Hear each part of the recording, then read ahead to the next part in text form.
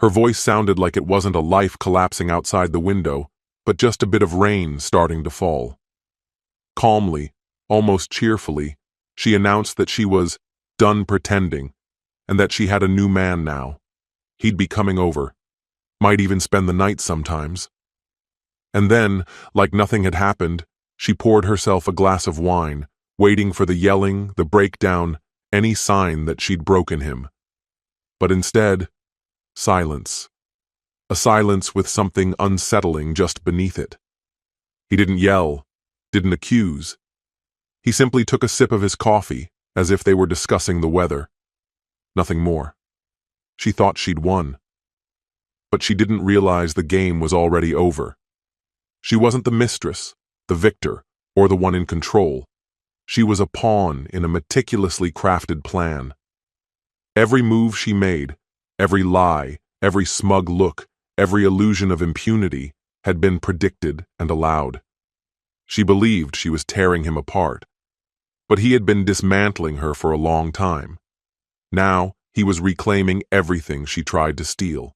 The money, the reputation, the freedom, the peace. No yelling, no blood, just cold precision, calculated to the last detail. And when the sirens blare, and all she can do is stand there with hollow eyes among the ruins of her former life, it'll be far too late to ask, why? Because the answer was already on its way. Hello, my friend. I'm so glad you stopped by my channel. If you're here for the first time, don't forget to subscribe and share this video with your friends or family. It really helps my channel a lot. Please tell me in which city or country you watch this video.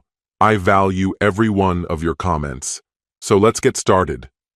I stirred my coffee slowly, the spoon tracing lazy circles as the kitchen clock ticked softly in the background. Across the table, Nina, my wife of nearly 10 years, tilted her wine glass, watching the deep red liquid swirl like it held answers.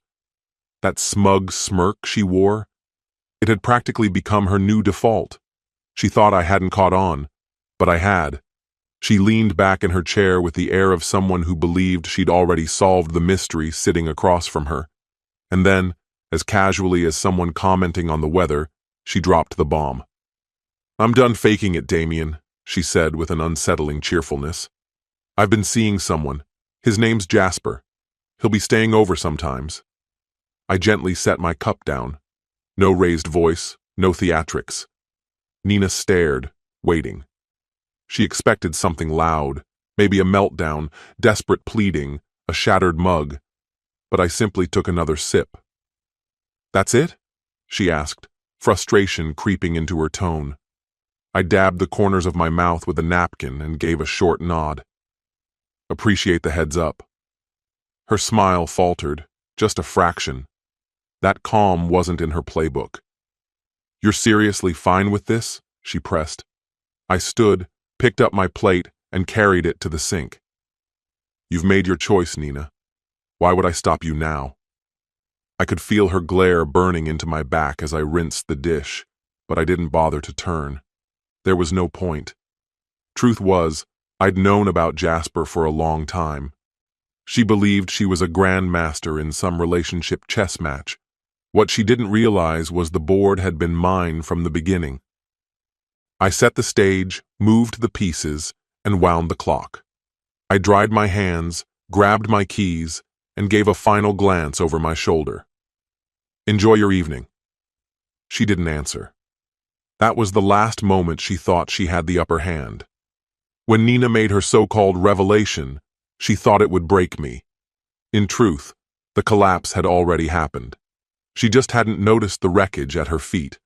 The first time I sensed something was wrong, I didn't confront her. I watched. It began with subtle shifts. Her phone, once casually left around, now never left her hand. Nights at the office that stretched suspiciously long. A sudden obsession with spin classes she used to mock. I didn't argue. I tracked, I recorded, and I learned. By the time her lies could have filled our mortgage paperwork twice over, I was already into phase 2. I installed a second security system, the kind she didn't even know existed. Cameras so discreet, She passed them daily without a second thought. Then I found him. Jasper Thorne, age 36, former real estate agent, until fraud charges derailed that career path. Now he floated between questionable schemes, barely staying afloat. Landon helped. We hadn't spoken much in recent years, but there was a past. He was in cybersecurity now, and still owed me for a mess I cleaned up for him in college. Within 48 hours, he handed me everything: Jasper's financial statements, sealed court records, workplace complaints he thought were long buried. Nina believed she'd traded up. In reality, she'd shackled herself to a sinking vessel. I didn't spiral. I didn't drink or rage. I calculated. Quietly, I began draining small sums from our joint accounts, carefully spaced, easily overlooked. I compiled her texts, her hotel bookings, the receipts from dinners she claimed were with clients. While she thought she was sneaking behind my back, I already held the steering wheel. By the time she so smugly announced Jasper would be spending nights, she was already deep inside a trap she couldn't recognize. All that remained was execution, and if nothing else, I could wait. 2 nights later, I triggered the plan. I told her I had to leave town for a late business meeting. She barely acknowledged me, too engrossed in her phone, a sly little smile curling on her lips. Perfect. I packed a small overnight bag, dropped it in my trunk, and checked into a cheap motel just a few miles away. There, I accessed the live feeds. Every room, every hallway, clear as daylight. At exactly 9:13 p.m., Jasper's beat-up car pulled into the driveway. I leaned back in the creaky motel chair as he stepped out, holding a bottle of budget wine like he owned the place. Nina met him at the door, glowing like she hadn't in years. She kissed him like they were high school sweethearts. It was laughable. They moved inside, relaxed and giggling. She poured wine. They sank into the couch, completely at ease. I waited. Timing mattered. I needed them relaxed, vulnerable, caught entirely off guard. At 10:05 p.m., I made the call. Landon had a friend, an old contact in private security with ties to local law enforcement. I used an anonymous line.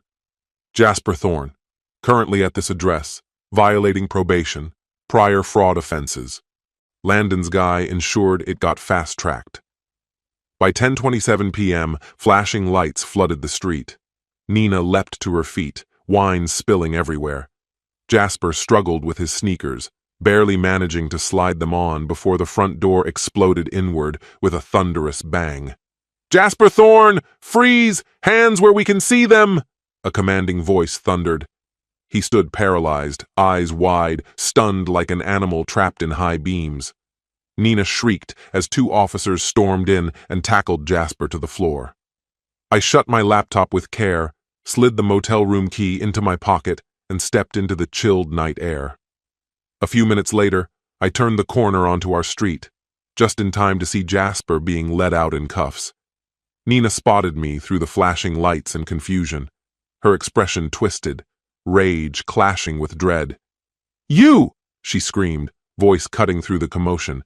"This is your doing!" I parked with deliberate calm, stepped out, adjusted my jacket, and offered a relaxed smile. "Good evening, Nina." Jasper was shoved into the back of a cruiser, still shouting, his pleas falling on deaf ears. I lingered by the sidewalk, hands in my coat pockets, as Nina stormed toward me, her face burning with fury. "You set him up!" she seethed. "You've lost your mind!" I raised an eyebrow, shrugged coolly. "No, Nina. I'm just better at the game than you are." One of the officers walked past us, holding up a sealed evidence bag. Inside, a switchblade. Jasper's, taken straight from his jacket. The color drained from Nina's face. "You have no idea what you've done," she choked out. "He might go to prison." I stepped in close, speaking low enough that only she could hear. "He will go to prison. And you? This is just the beginning." For the first time since she'd thrown open that front door, she said nothing. Her eyes darted around, the flashing lights, nosy neighbors peeking through curtains, Officers pulling more from Jasper's car. The life she thought she'd upgraded into was crumbling around her. "You're tearing everything apart," she whispered. I gave her a cold, precise smile. "No, Nina, you broke it. I'm just making sure there's a paper trail." She backed up instinctively, unsure where to go. Jasper was in custody. Cops were watching her closely, and I stood between her and the street. For the first time in a long while, I saw it. Real, bone-deep fear in her eyes. "You think this makes you better than me?" she snapped, trying to salvage the last scraps of pride. I tilted my head. "No, just more clever, and far more patient." An officer gave her a nod, motioning her to move aside as they wrapped up their work. She cast one last glance at me, lips pressed tight around the words she couldn't speak. Then she turned, backing away in silence. Once the supposed ruler of this house, now just another rattled spectator. When the final patrol car rolled away, the silence left behind was crushing. Nina slumped onto the couch, clutching her phone like it could save her. I stood near the window, watching the street now return to quiet. "You feel proud of yourself?" she rasped, her voice stripped raw. I turned slowly. "Not exactly." She shot up from the couch. "You think you can just wreck lives because yours didn't go the way you wanted?" I laughed, low and without humor. "Nina, you blew up your own life. I'm just speeding up the fallout." She jabbed her phone toward me.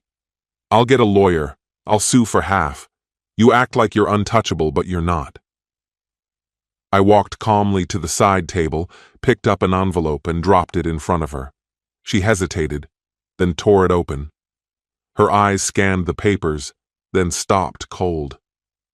"You can't be serious," she whispered. "Prenup," I said flatly. "You signed it. Remember? Right before the ceremony?" "My attorney already filed the divorce paperwork." She flipped through the documents, her fingers frantic. This can't be real." "It is," I replied coolly. "Solid. Every cent you tried to siphon off, protected. Every asset you slipped under Jasper's name, traced, documented, and reclaimed." She fumbled to open her banking app. I watched her face drain of color when she saw the number. 0. "You bled me dry," she croaked. "No," I said evenly. "I defended what was mine." She sank deeper into the couch, her strength abandoning her. "You think this ends here?" she muttered, still grasping for some last-ditch threat. I smiled gently. "Oh, Nina." This was just the financial chapter. Her head jerked up. "Your reputation's next, and trust me, that's going to cut deeper." I left her there, surrounded by the hollow shell of a house that soon wouldn't be hers. And I wasn't finished, not by a long shot. By dawn, Nina was living in a new kind of hell. I sat at the kitchen table, sipping my coffee, scrolling the latest headlines. She stormed around the living room in a frenzy, yelling into her phone with rising panic. "What do you mean I'm suspended?" she screamed. You can't do this." I took a slow drink from my mug, calm as ever. The posts had dropped exactly when they were meant to, 6 a.m. sharp. A digital expose of deception, covert photos of Nina and Jasper wrapped around each other, texts laced with flirtation and contempt for me, receipts from their secret weekend rendezvous. All released from faceless accounts, and all miraculously delivered to the inboxes that mattered. Her colleagues, her parents, her closest friends. The flawless facade Nina had spent years crafting, elegant, loyal, untouchable, disintegrated within minutes. Her phone didn't stop lighting up. Calls, messages. A few she answered, most she didn't. But it hardly mattered now. The damage was absolute. By midday, her sister had cut her off. Her parents? Radio silence. Even her lifelong best friend sent one last message. Don't reach out again. Nina just stood there, frozen in the living room, clutching her phone like she could somehow rewind everything if she stared hard enough. Then she turned to me, eyes wide with disbelief. "You orchestrated this." It wasn't a question.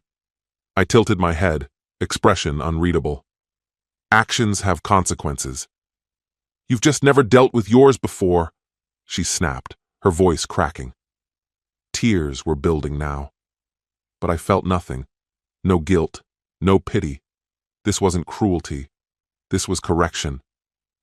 "You destroyed my life," she whispered, barely audible. I stood up, slipped my phone into my pocket, and met her gaze without flinching. "No," I said. "You did that when you brought Jasper into our bed. I simply made sure the world saw what you really are." She dropped onto the couch like her legs gave out. The phone slipped from her fingers and buzzed again. Her boss. First came the unpaid leave, then termination. I didn't need to hear the words to know what was said. When she hung up, the silence that followed confirmed it. Her job was gone, and Nina, she was truly, devastatingly alone. That night, a soft knock echoed on my bedroom door. Her voice followed, faint and raw. "Damien, can we talk?" I opened the door slowly. Nina stood there, barely recognizable. Her hair matted, her skin pale, eyes puffy and red. She clung to the door frame like it might keep her from collapsing. "I've got nowhere else," she said in a broken voice. I leaned on the frame, arms crossed. "You chose Jasper. Did you forget?"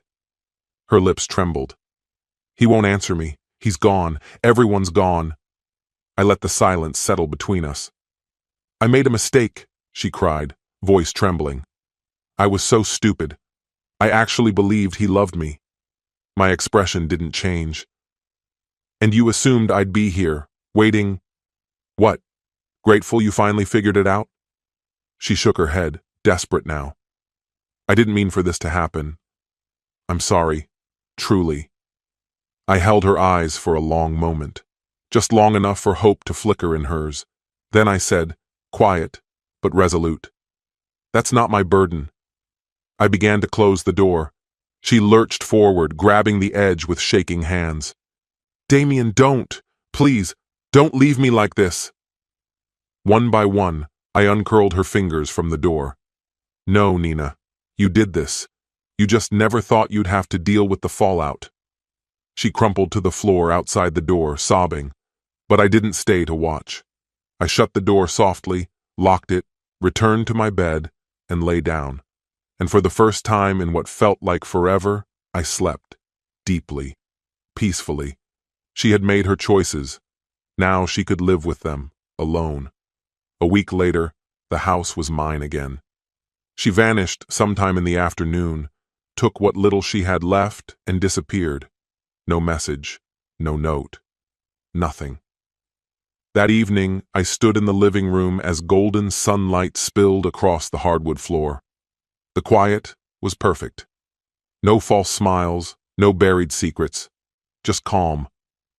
The divorce had already gone through, quick, clean, uncontested. The prenup was ironclad. She walked away with nothing. No house, no alimony, not even the car. I saw to it. Then word got out. Jasper had been denied bail. Turns out his past was even worse than what Landon initially dug up. Fraud, cons, and an active assault charge pending trial. Nina tried reaching out to old contacts, but nobody wanted the association. She bounced from couch to couch until even those doors closed. She tried reaching me once or twice, one missed call, a pleading email. I ignored them both. She became what she always feared, an afterthought, a warning. I put my phone down and leaned back in my chair, walking out onto the porch with coffee in hand. The morning air was crisp and still. Neighbors passed by with smiles and nods. Ordinary, peaceful. My thoughts wandered back to that dinner, the one where she sat across from me, eyes glittering, certain she held the upper hand. She expected me to break, to chase, to beg. But instead, I smiled. And I walked away. That's when it all started to unravel. People think betrayal is one sharp moment, a clean cut, but they're wrong. It spreads slow, like infection. By the time it shows, it's already terminal. Nina never understood that. I took another sip of coffee and watched the sun rise. No bitterness, no anger, just freedom. The kind of peace you don't stumble into, the kind you claim. This story has come to an end. What's your opinion? Share it in the comments, my friend. And if you like this story, check out other exciting videos on my channel. I'll say goodbye until the next video. See you? No calls, no shouting matches. Just the soft click of the door closing behind him. For good. He didn't ask who she had been with. Didn't try to find out why a stranger's perfume still lingered on her clothes. He simply watched as the final drop spilled into a cup long overflowing with silence and all the things left unsaid. And while she still believed she was directing the scene, he was already writing the ending, precise, cold, and leaving no room for sequels. She suggested they open the marriage, unaware the doors had already been unhinged. She thought she controlled the game, never realizing the ground beneath her had already begun to shift. Hello, my friend. I'm so glad you stopped by my channel. If you're here for the first time, don't forget to subscribe and share this video with your friends or family. It really helps my channel a lot.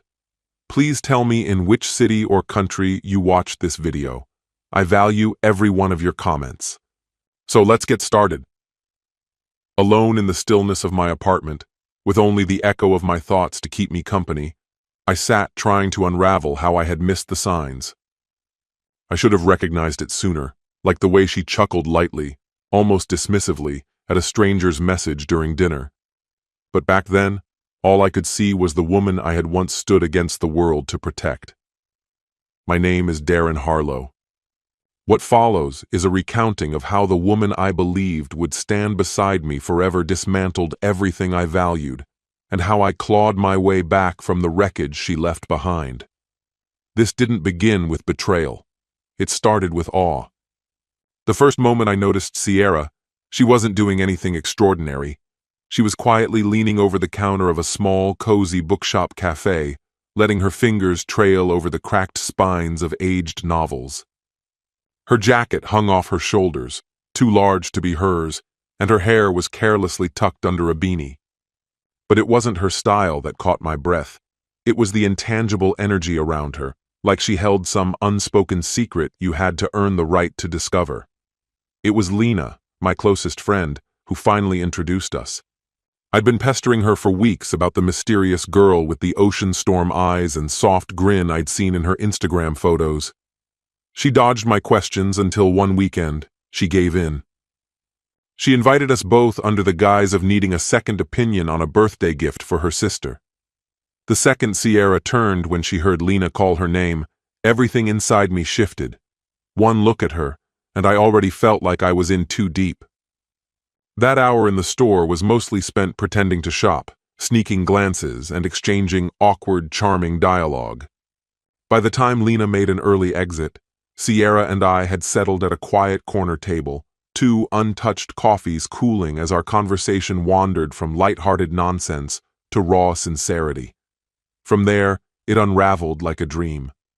Late-night talks that blurred into morning, wandering through rain-glazed streets with fingers entwined, messages that felt like they stretched across time. It all felt so real, so easy, like something fated. Within 8 months, we were inseparable. Before our first anniversary, we both carried keys to each other's places. Future plans weren't distant hopes. They were topics we spoke about like they were already underway. She envisioned a little house surrounded by wildflowers. I imagined opening the door to her face every evening, knowing that was enough. Maybe that's why I ignored the warning signs when they appeared. We settled into a rhythm that felt predictable, comfortable. Mornings filled with rushed breakfasts and quick goodbye kisses, mugs half full and forgotten on the kitchen counter. Our nights slowed down, classic movies, leftovers, her legs draped over mine as we melted into the couch. We had the occasional spat, every couple does, silly things, who was on grocery duty, whether or not the dishwasher was loaded the right way, but none of it made me question us. That changed in the year we got engaged. That's when the patterns shifted. Suddenly, there were unexplained late nights at the office. At first, I brushed it off. Her drive had always been relentless, but her stories started to shift. One night it was an unexpected meeting, then it became dinner with colleagues. Eventually, it was helping a friend pack.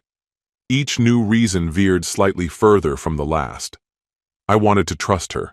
I needed to. Because loving someone sometimes means you believe them even when logic tells you not to. The night I proposed beneath twinkling lights on the rooftop of her favorite bar, her yes was so heartfelt, it nearly drowned out the gnawing unease inside me. 3 months later, we were married. To those around us, we looked perfect. But inside our home, something was quietly crumbling. It wasn't abrupt. It was subtle and slow. Her phone was always within arm's reach.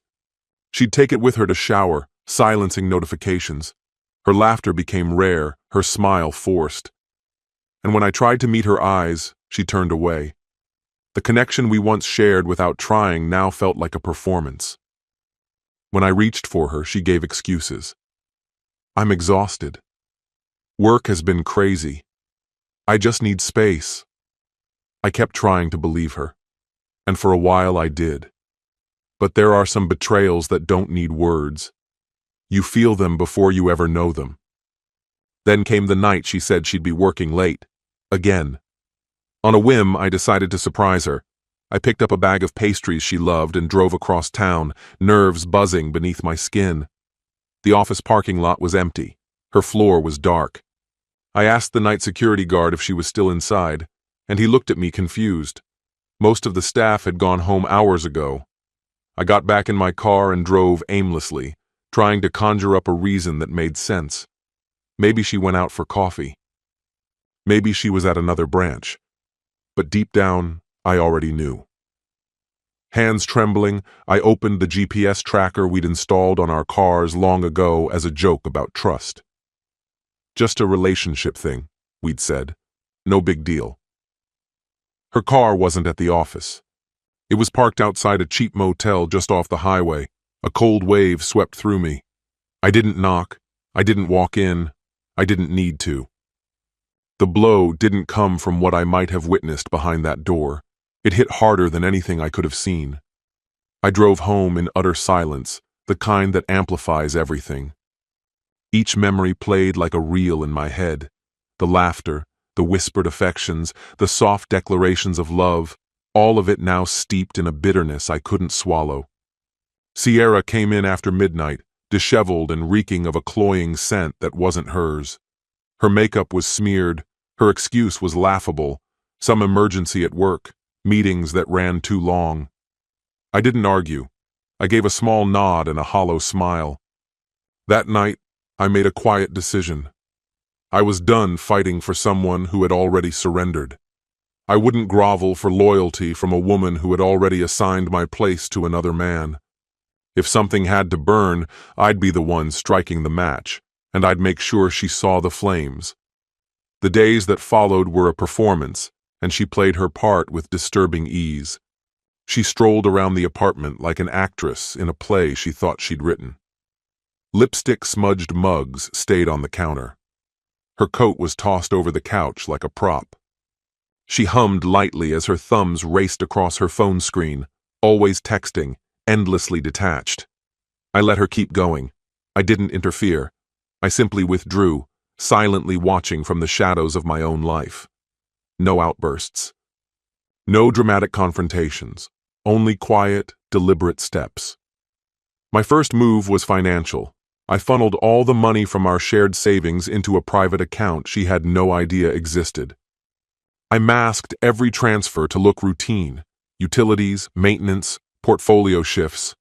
She hadn't checked in ages. Then came the investment in gold, tangible wealth, tucked away safely, far beyond her reach.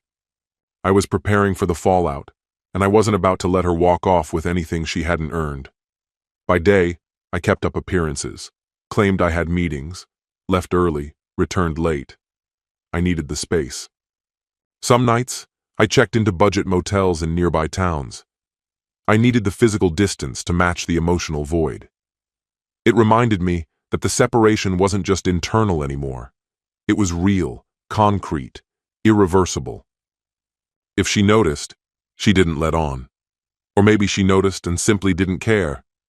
Perhaps in her mind, the game was already won. Roughly a month after that night at the hotel, she sat across from me at the kitchen table. Her expression was unreadable, but her eyes glittered, not with sorrow, but with strategy. "I've been thinking," she began, absent-mindedly twirling her hair, as if making an offhand suggestion. "Maybe we should try an open marriage." She said it like she was suggesting a new furniture arrangement. I didn't react. I'd known this moment was coming. "An open marriage?" I echoed, my tone flat and emotionless. She nodded, mistaking my calm for curiosity. "Yeah, just think about it, Darren. It's freeing. It could even help us reconnect." Her smile made my stomach twist. This wasn't a proposal. It was a veiled admission, masquerading as progress.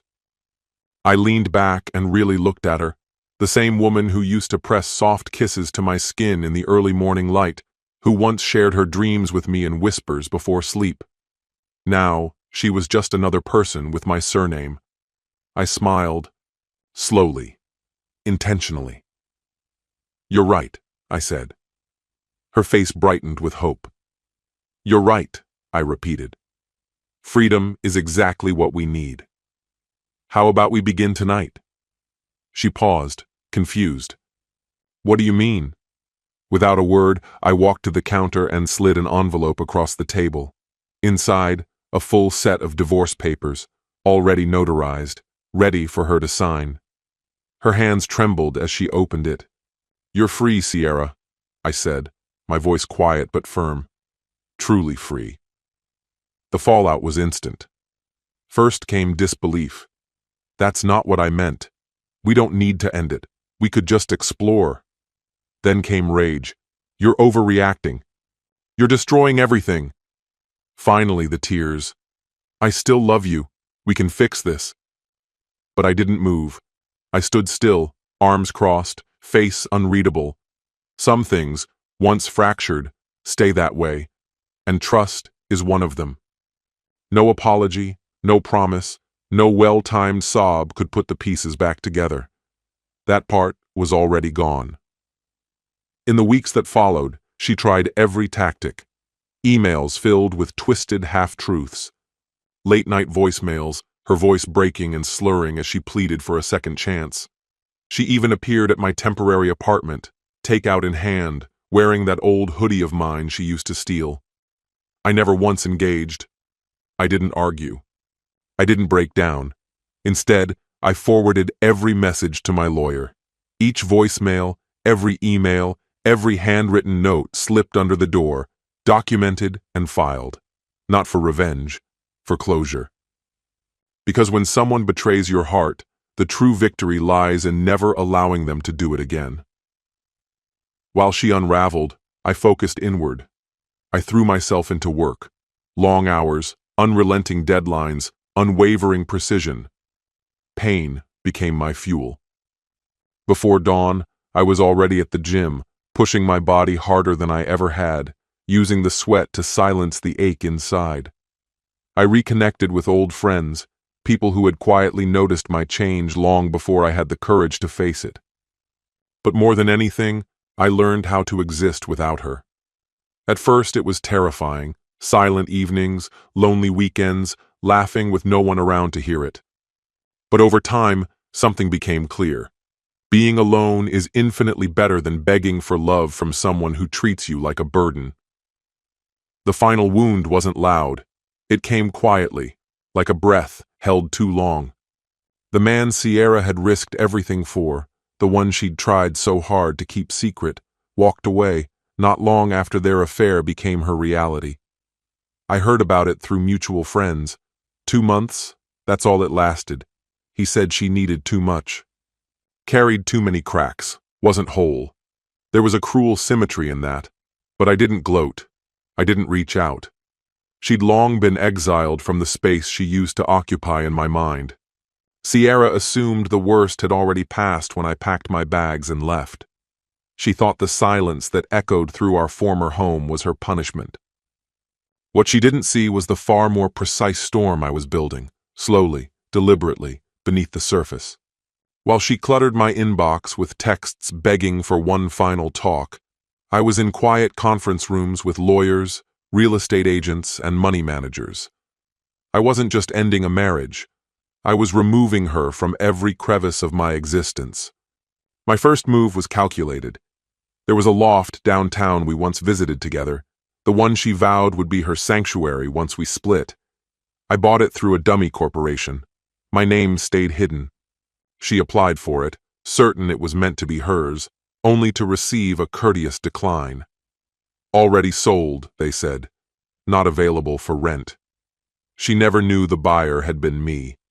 Just the opening domino in a chain I had lined up with care. Then came the finances. The nest egg she thought she'd rely on during the proceedings.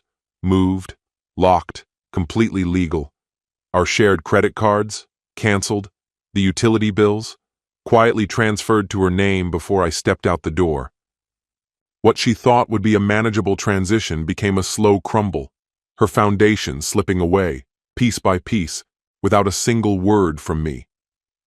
Then I made the quietest cut of all. The car she'd once begged for, bragged about, but rarely paid for, it was still under my name. She never bothered to check, so when everything was finalized, I retrieved it. Clean, legal, no drama. One morning she stepped out, coffee in hand, ready to face the world, only to find an empty driveway waiting. No vehicle, no husband, no safety net. I wasn't being vindictive. I wasn't chasing revenge.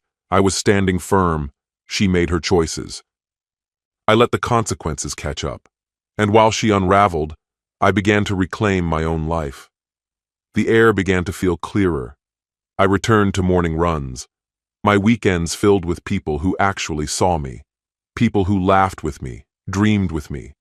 I stayed up late building something that stirred an old fire in me. This wasn't survival, it was rebirth. Strangely enough, I owed part of it to her. Sometimes a message would appear, or a photograph from years ago. Maybe even a sentence or two, soaked in regret. Hope you're well. Drenched in memory. I never responded. I didn't have to. Sometimes silence carries more weight than any reply ever could. The first time I saw her post-divorce was completely by chance. A normal Thursday. I stopped into a bookstore we used to visit, back when life felt unspoiled. I was moving through the aisles when something shifted. That quiet pressure in the air before a storm. I turned, and there she was, Sierra, standing by the entrance, coffee trembling in her grasp. She looked smaller, like something vital inside her had given out. We just stared. For a long moment, neither of us spoke. The past hovered heavy between us. Then she took a slow step forward. "Darren," she said, voice cracked and thin. "You look good." I nodded slightly, my face calm. "Thanks. Hope you're doing okay." Just words, nothing more. We both knew better. Eventually, pieces of her new life drifted back to me. The man she'd destroyed us for, gone. The friends who'd cheered her on, vanished when the mask slipped. Her money problems deepened, bills unpaid, overdraft notices, a job she barely clung to, reaching out to old contacts, trading pride for assistance. The woman who once imagined penthouse views and champagne evenings was now battling eviction notices and mounting debt. Reality gave her lessons no advice ever could. I didn't take joy in her descent, but I didn't intervene either. Some lessons can't be taught, they must be survived. And me? I kept moving forward. The business I'd poured myself into began to thrive. I settled into a new home, not flashy, just mine. I traveled again, stood beneath skies I'd only imagined. I made peace with being alone, not the painful kind, something softer, steadier. And yes, I met someone, carefully, slowly, without fear, no chasing, no pretending, just real. I was searching for something authentic, something that wouldn't leave me constantly anticipating hurt. But this time, I wasn't naive. I had come to understand that love without trust, without truth and shared respect, was hollow. I wasn't willing to settle for anything less than the whole thing. It was months before I heard from Sierra again. She reached out with a short message, no theatrics, no pleading. I hope you're happy. I hope you know I'm sorry. That was all. No attempt at reconciliation, no request for another chance. Just a quiet note, followed by complete silence. I read it several times, then gently closed my laptop. There was nothing more to say. Because forgiving someone doesn't always mean welcoming them back. Sometimes it means letting go of the burden and walking forward without it. Over the next several months, I began to evolve into someone I barely recognized, someone new. And for the first time, that change felt like it belonged. The sorrow that once weighed down my nights became the spark that drove me forward. I began cultivating a discipline I had once admired in others, routines I could never sustain when I was trapped in the exhausting cycle of trying to prove I was enough. I started waking before sunrise.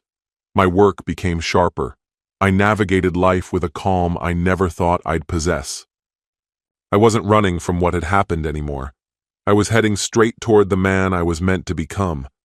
Occasionally, the past would resurface in quiet, unexpected ways.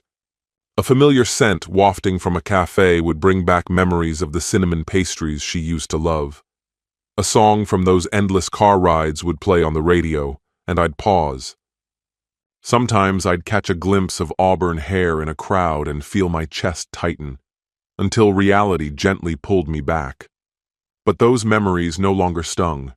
They were simply distant echoes, echoes of a chapter I had lived through and risen from. Proof that while it nearly broke me, I had built something far stronger out of its ruins. One crisp evening, I found myself standing on the same rooftop where I'd once proposed to Sierra. The space looked different now. New furniture, brighter lights. The city throbbed below, vibrant and full of life. I stood near the ledge, letting the wind brush against my face as I watched the skyline fade into twilight. And for the first time in what felt like ages, I wasn't grieving. I wasn't angry. I was simply grateful, not for the pain itself, but for the clarity it had carved into my life, for the person I had become in the aftermath. That heartache had taught me lessons I never saw coming. It taught me how to tell real love apart from its well-disguised imitation. It made me see that loyalty isn't something to be negotiated. It's a choice, freely made. And once it's violated, it's not something you beg to get back. But the most important truth I uncovered was this: no one is coming to save you but yourself. And if I ever saw Sierra again, I knew exactly what I'd tell her. Thank you. Not out of spite, not with malice, but because her betrayal had peeled away the illusions I once clung to. And in their place, I found something far more honest, something that truly mattered. As stars flickered to life above the city, I felt a quiet smile forming. Not because the path had been smooth, but because I'd endured it, wiser, stronger, and, finally, unshakably free. This story has come to an end. What's your opinion? Share it in the comments, my friend. And if you liked this story, check out other exciting videos on my channel. I'll say goodbye until the next video. See you.